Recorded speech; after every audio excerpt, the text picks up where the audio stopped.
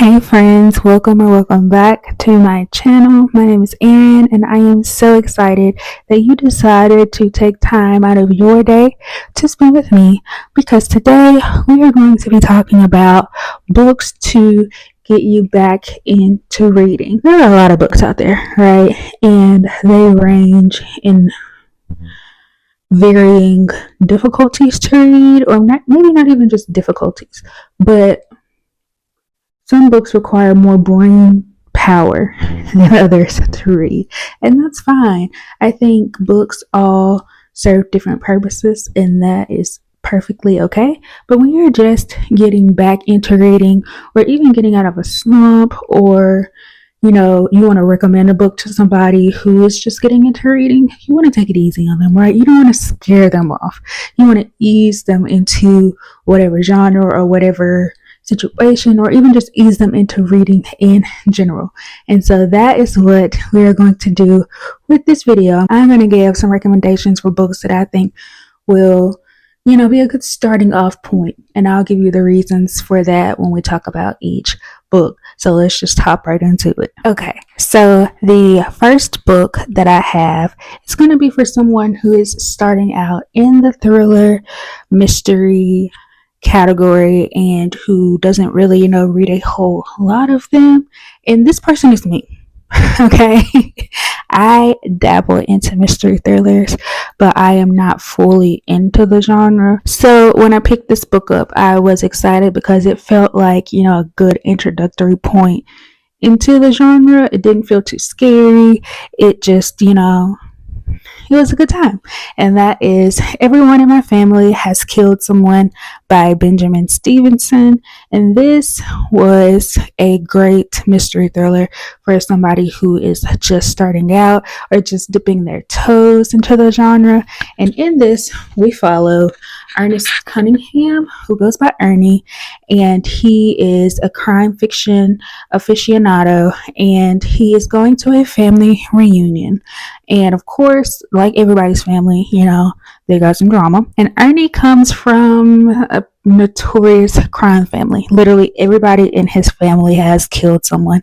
And in this, he kind of goes through telling us how each person has killed someone and what that situation looked like.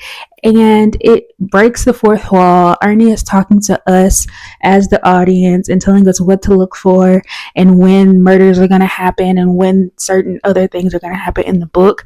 And I just think it was so fun to read and kind of like an interactive experience and just something a little different from what is usually in the mystery thriller category from what I hear from people who read them all the time.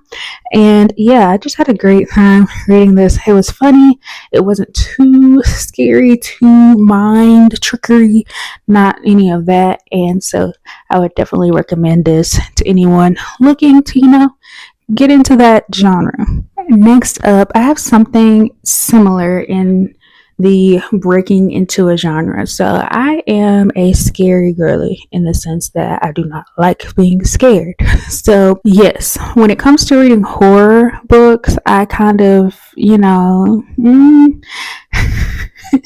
So I don't like being scared, but I do like dipping my toes into the horror genre every now and then. So I like to look for the ones that aren't that scary, And for that, I have Cackle by Rachel Harrison. And this is a good balance to me because it's a little spooky and it's a little weird, but it's not just full on like what some of these horrors can give. So in Cackle, we follow Annie, who has just been dumped by her long-term boyfriend, who she assumed she was going to marry. So she picks up and moves to this small town where she meets this older lady who has a bit of a reputation. And this older lady lives out in this mansion in the woods, and just things are a little off, right? And this woman helps Annie, become more bold, become more unapologetic. And there's just a spooky atmosphere going around, and she may or may not be a witch. And some creepy things may or may not happen.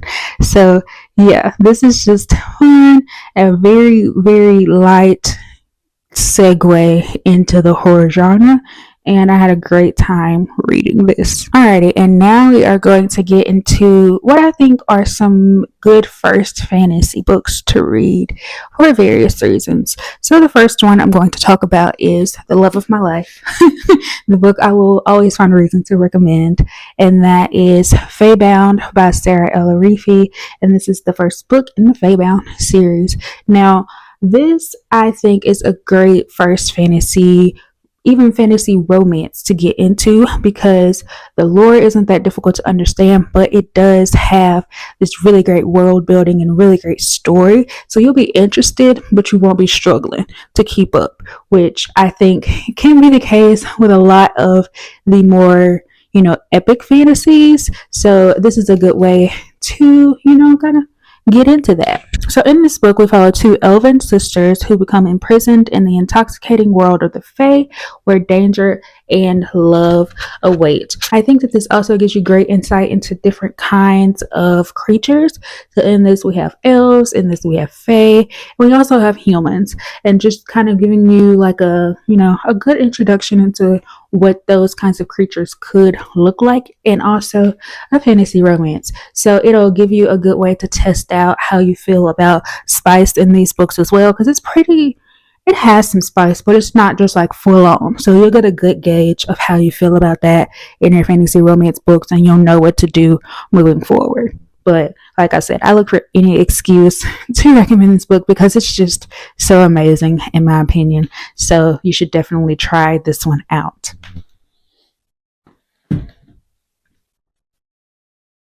I already know this stack is going to be ridiculous.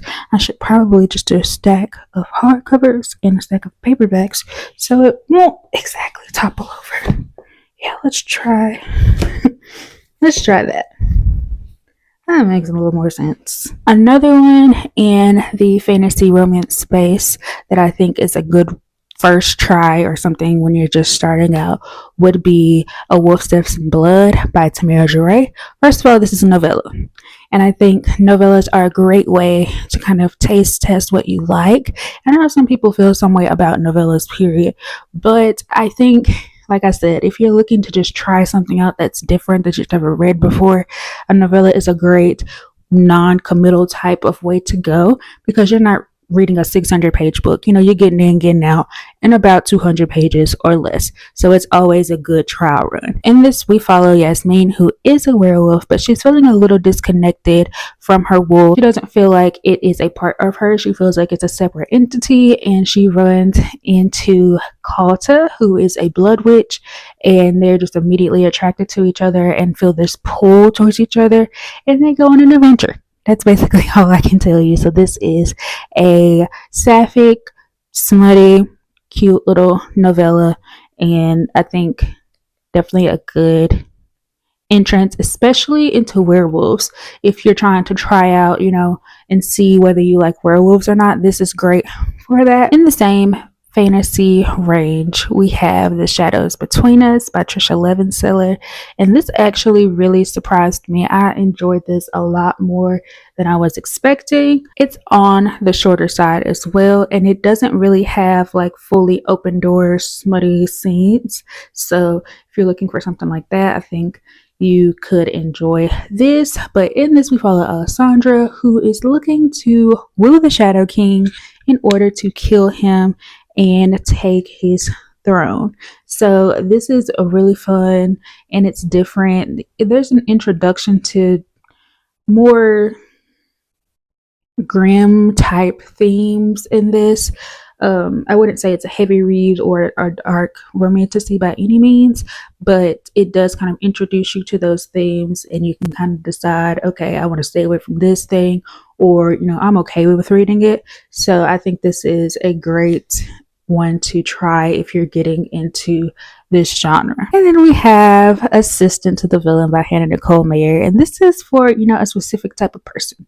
I don't think everyone is going to find the humor in this funny, but if you do, then you're going to love it, and I find it funny and I love it. So in this, we follow Evie, who is trying to support her family, but she loses her job and then winds up becoming the assistant to the villain.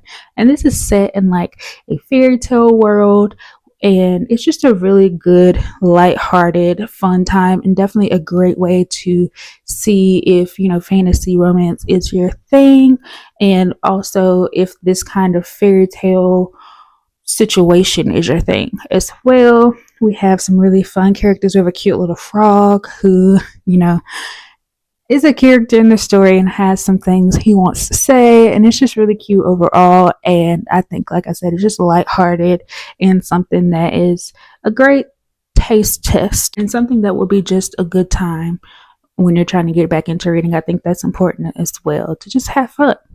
And this is definitely fun. And this is definitely fun. And my last fantasy recommendation would be Dragon Fruit by Micaiah Lucier. And this is a YA fantasy that is steeped in Pacific Islander mythology. So, you get a little something different with this one. Hanale is the cherished daughter of an old island family. When her father steals a sea dragon egg meant for an ailing princess, she is forced into a life of exile. In the years that follow, Hanale finds solace in studying the majestic sea dragons that roam the sea, until one day an encounter with a female dragon offers her what she desires most, a chance to return home and to right a terrible wrong. Sam is the last remaining prince, but he can never inherit the throne, for Tamarind is a matriarchal society.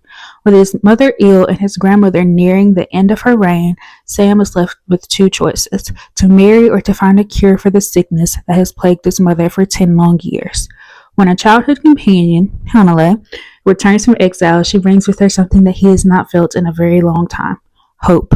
But Hanale and Sam are not the only ones searching for the dragon fruit. And as they battle enemies both near and far, there is another danger they cannot escape, and that is of the dragon fruit itself. So this was really fun. Now, I will say that this reads very YA, very young, and I think that's a good thing in this case, because it allows you to just kind of be in the story. Like I said, you don't have to work your brain too hard to understand what's going on. And it's just a really unique fantasy world, the lore, the Pacific Islander mythology, like all of it is very interesting, and it's just a really great story. You don't have to worry about spice, you don't have to worry about a million different characters and all the things that come with the more epic fantasies, but it's still a very great, very gripping and enduring story. So I definitely suggest this as something to pick up when you're trying to get back into reading. Okay, and we're going to round this out with the romance category. And because I read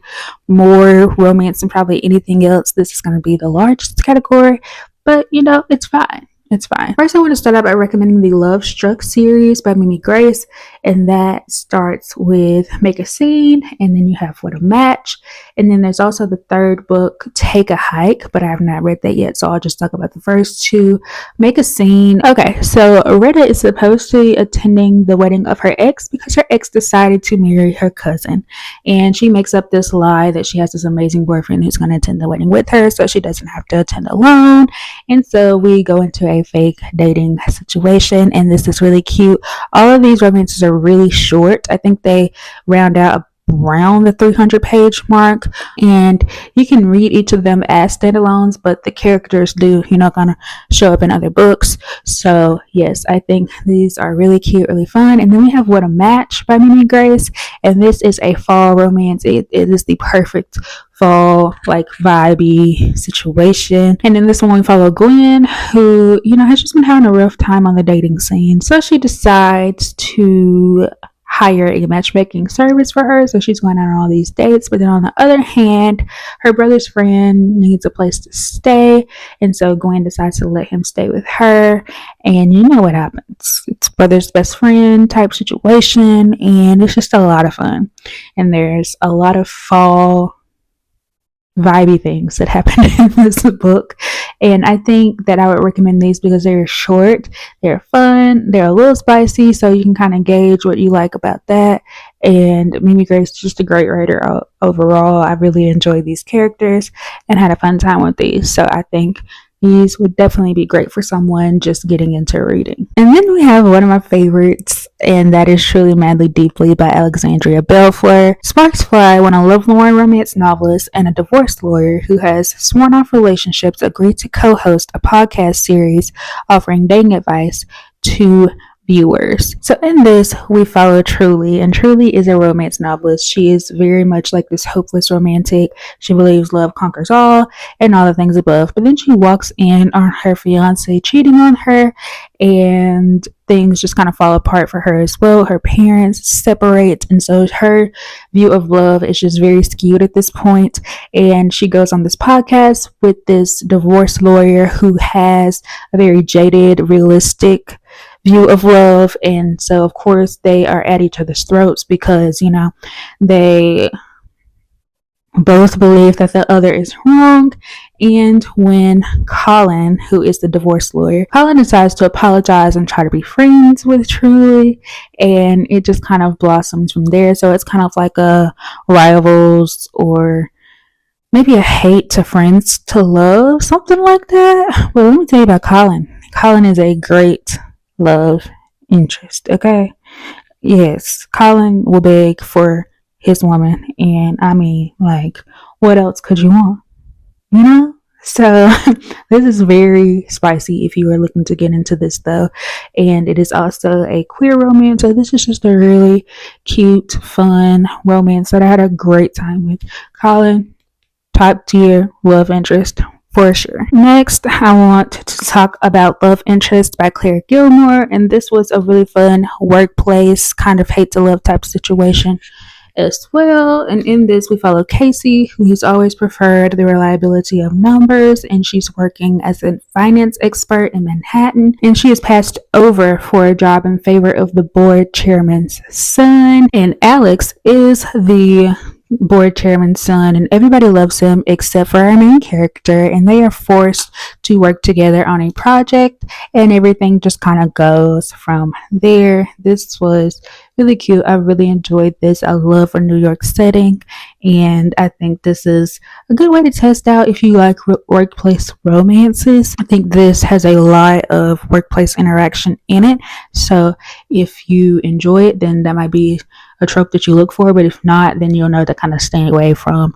the workplace romances. That's gonna fall. I'm scared. Next up, we have Anna Maria and the Fox by Liana De La Rosa, and this is a fantastic historical romance that I think everybody should pick up. And it's a series, and each book follows a sister, but this is the first one, of course. In this, we follow Anna Maria, who, along with her sisters, are fleeing Mexico because of the French occupation, and they go to stay with an uncle who lives in London.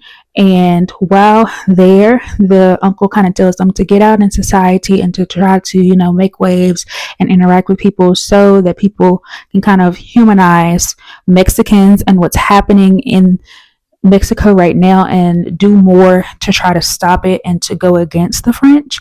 And while there, Anna Maria meets Gideon, and Gideon is a member of parliament who has his own fight that he's working for. So Gideon is the grandson of a former slave who fled, and so he is trying to stop the transatlantic slave trade altogether, and he is really working hard towards his goals. He's not letting up, he's not sleeping, he's not doing anything else but trying to get these members of parliament and other large players to help him abolish this. And so they meet up at one of the balls of the season, and it goes from there.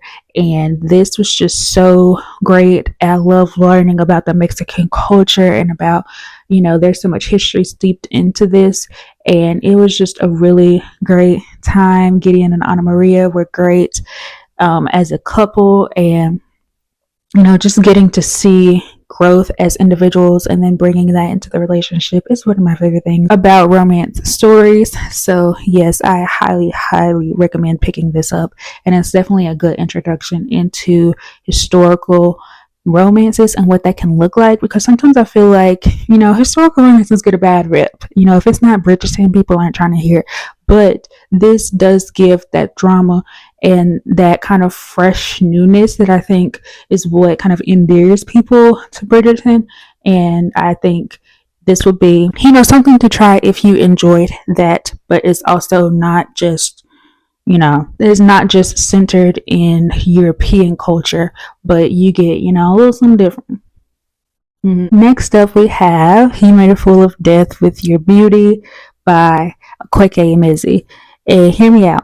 This book is messy. This book is fun. This book is sad. And this book is beautiful. Okay, you're going to get all of the emotions while reading this. And it is fairly short. I don't even know if this is like fully 300 pages. It's not. So that is another reason, pick this up once you're getting into reading, because anything short is very good when you're first starting out. So this book, we follow Faye, who has just lost her husband, who was the love of her life, and he passed unexpectedly in a car accident. And so she is deciding to get back out there and try dating again, and just try living again. And she goes through some very messy situations, right? So she starts dating this guy, and he seems to be like the perfect guy to help her and like be her partner through this recovering type situation. But he takes her to his hometown, and she meets his father. She has this spark with his father, and he kind of brings her something that she's never felt before. He also has lost his wife. He understands what it's like to lose a partner, and the process of all of that, and it just gets a little messy from there. You know what I'm saying? It's a lot messy, actually. And her best friend Joy is one of my favorite characters that I've ever read in the book. She is completely hilarious, but she is not going for Faye's like crap. She's calling her out and like making sure that she knows, like, okay, girl, you're doing a little too much right now. Like, I know what you're going through, but it's a little much.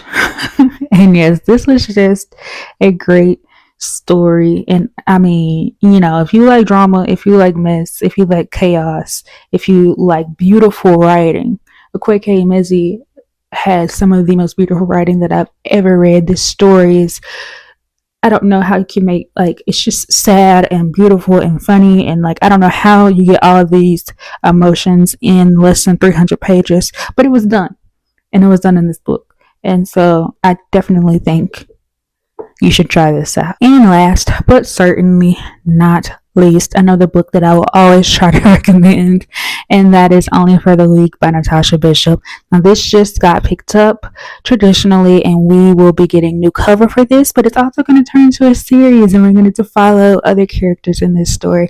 So I am very, very excited about that, to be back with these characters, to be back in this world. Natasha Bishop can do some writing, so I'm very excited to be able to go forth in this. And Only for the Week, we follow Janelle, okay? And Janelle is the maid of honor in her sister's wedding, which sounds cool, right? But her sister is marrying her ex-boyfriend. Clearly there's a theme here. I love messy books. So even though Janelle is like cool with this happening, she doesn't have feelings for this ex anymore. Everybody is treating her weird, and like she's the problem, even though it's her sister that's marrying her ex-boyfriend. So her sister has decided to have a destination wedding, so everyone in the wedding party is going to the destination a week before to just kind of relax. So the best man in the wedding, Roman, kind of has always had a crush on Janelle, but he stayed away because his best friend was dating her at the time, But now that that's not a case, he's like, okay, so just like give me this week, let me be your person, whatever you need, and that's it. And so that happens, but of course, is it only for the week, or is this something more? And Rome is the perfect bookish girl boyfriend, okay? The things that he does for Janelle in this book will make any reader just swoon, and like, it's so great. I really enjoyed this, and yeah, it's one of my favorite books of all time. So it's actually pretty short as well. I think, yeah, it's barely even 200 pages. So definitely a quick one to try to see what kind of romance you like. It's also very, very spicy. Very spicy. So be aware of that. But it's a good time as well, and one that I would recommend. So with all of that being said, those are some of the books that I think would be great for anyone trying to get into reading, or books that you can suggest to a friend who wants to get into reading. If you have any more suggestions, just drop them in the comments below, and this can be just a huge recommendation spot for people to go to. And I would like to thank you for sticking with me throughout this video. And yeah, I hope you have the best day that you possibly can, and I will for sure catch you in the next one. Bye.